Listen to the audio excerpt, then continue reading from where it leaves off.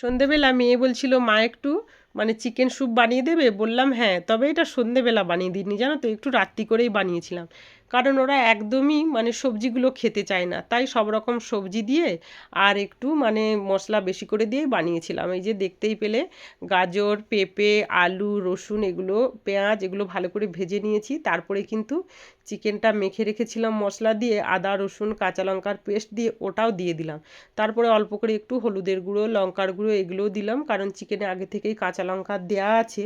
তারপরে এটা ঢাকা চাপা দিয়ে তারপরে ভাজা করে নিয়েছি। তারপরে এর মধ্যে দিয়ে দেব ক্যাপসিকাম, বিনস আর টমেটো, কারণ এগুলো লাস্টেই দিলাম। এই সবজিগুলো তো একদমই ভাজা হতে টাইম লাগে না, তাই লাস্টে দিয়ে এটা ঢাকা চাপা দিয়ে কষিয়ে নেব। চিকেন আর সবজি কিন্তু সুন্দর করে কষানো হয়ে গিয়েছে। এর মধ্যে দিয়ে দেব গরম মশলার গুঁড়ো আর পেস্ট করে রাখা ধনেপাতা।